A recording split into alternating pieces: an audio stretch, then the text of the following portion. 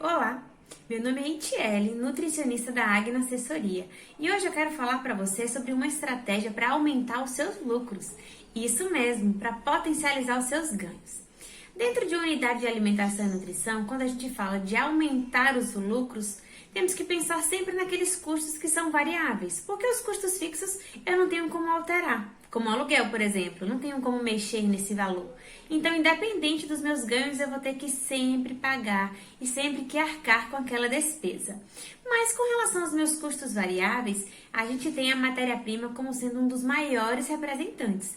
Então, o controle dos custos com as matérias-primas é de extrema importância para que a gente diminua os nossos gastos e, consequentemente, aumente os nossos lucros.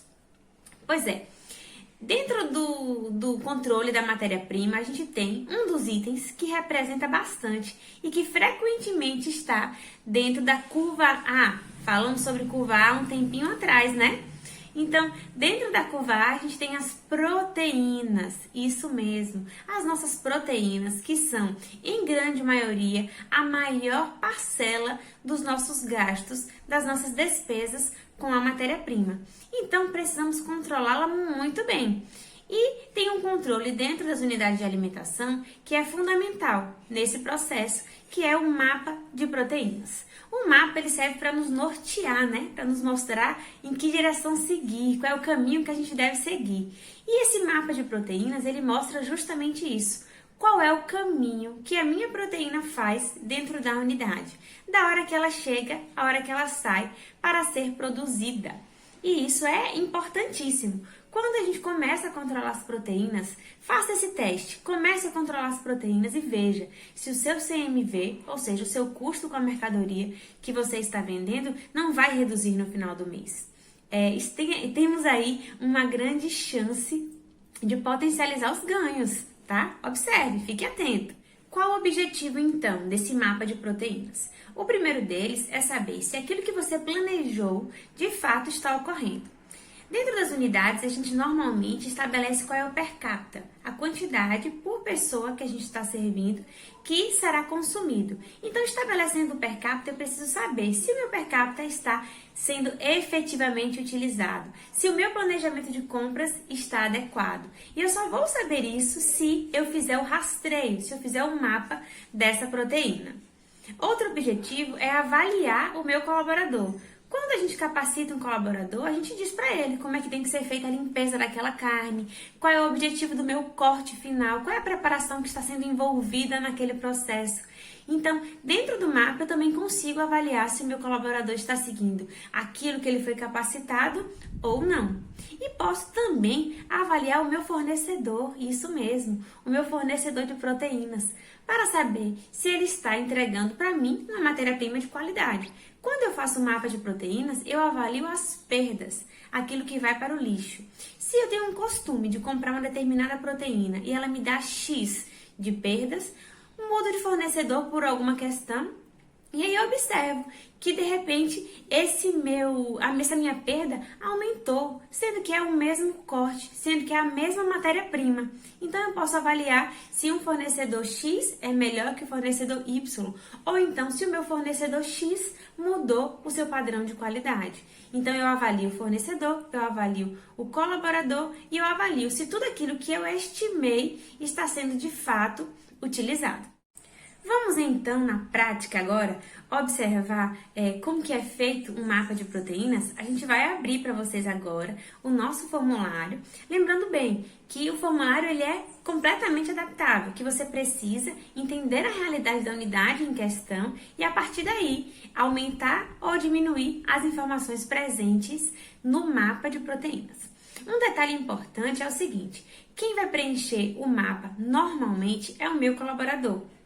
Então, ele precisa ter linguagem acessível, não use muitos termos técnicos, faça com que o colaborador entenda a importância daquilo e a importância de ele fazer bem aquilo que você ensinou. Porque o trabalho dele vai gerar enormes frutos enormes, né? Ganhos absurdos dentro da unidade. Então, quando o colaborador ele se sente parte do processo, ele sente que ele é importante para aquilo que está sendo feito, com certeza Ou então, temos uma grande chance de que aquele colaborador, ele colhe com você e que participe do processo de implantação e de manutenção desse controle de proteínas. Esse aí é o nosso formulário de mapa de produção de proteínas. Aí a gente coloca como primeira coluna a data, que é importante registrar qual é o dia que está acontecendo, né? Qual é o produto que eu estou utilizando, o nome do insumo mesmo e a preparação, porque às vezes eu posso pegar um mesmo insumo e fazer preparações distintas. Qual o meu fornecedor, para que eu possa avaliar, né, a qualidade dele a partir dos outros indicadores. O peso bruto, que é o peso que eu recebi a mercadoria. Depois que eu descongelei, qual o peso que ficou após o degelo, para ver se esse degelo é aceitável ou não. E a perda, onde eu avalio a qualidade na limpeza dessa carne. As aparas eu posso utilizar uma outra preparação e depois de eu subtrair as aparas e a perda, eu tenho o meu peso líquido.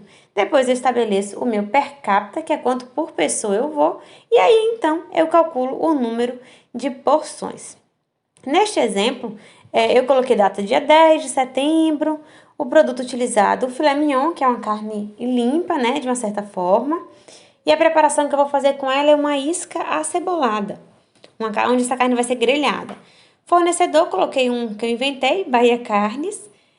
O peso bruto que eu recebi, digamos que foi 10 quilos. Depois que eu descongelei, ele perdeu bem pouquinho, ficou 9,730.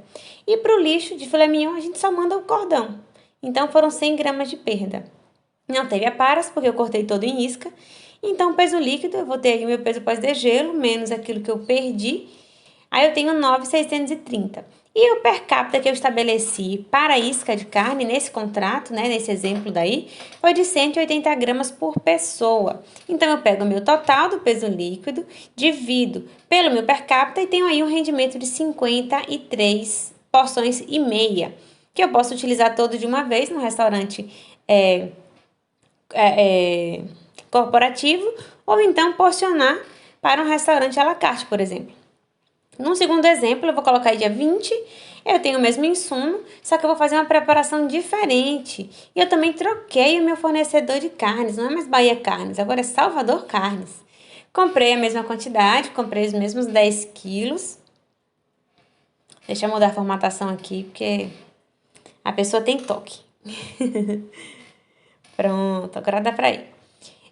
Então, comprei a mesma quantidade, comprei 10 quilos, só que nesse daí eu tive uma perda maior no meu degelo. Depois de descongelar a minha carne, foi para 9 quilos e 200 gramas.